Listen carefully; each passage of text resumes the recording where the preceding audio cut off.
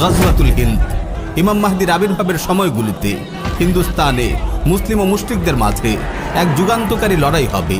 রাসূলুল্লাহর ভাষায় এই লড়াইয়ের নাম গাজওয়াতুল হিন্দ। প্রিয় ভাই ও বোন, উপমহাদেশের চলমান পরিস্থিতির দিকে তাকালেই আপনারা দেখতে পাবেন গাজওয়াতুল হিন্দের প্রেক্ষাপট রচনার প্রক্রিয়া এখন থেকেই শুরু হয়ে গেছে। হিন্দুত্ববাদের কালো কুয়াশায় দ্রুত ঢেকে যাচ্ছে উপমহাদেশ। এই নিয়ে বিভিন্ন মজলিসে আমরা পূর্বেও আলোচনা করেছি। পরিবর্তিত পরিস্থিতির সঙ্গে সঙ্গতি রেখে আমরা সামনেও আলোচনার ধারা অব্যাহত রাখব ইনশাআল্লাহ।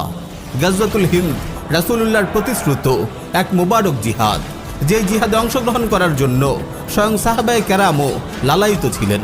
সুনানে নাসাই, মুসনাদ আহমদ, মুস্তাদরাক হাকিম সহ আরও অনেক হাদিস গ্রন্থে বর্ণিত একটি হাসান হাদিসে এসেছে, সাইয়্যিদুনা আবু হুরায়রা রাদিয়াল্লাহু তাআলা আনহু বলেন,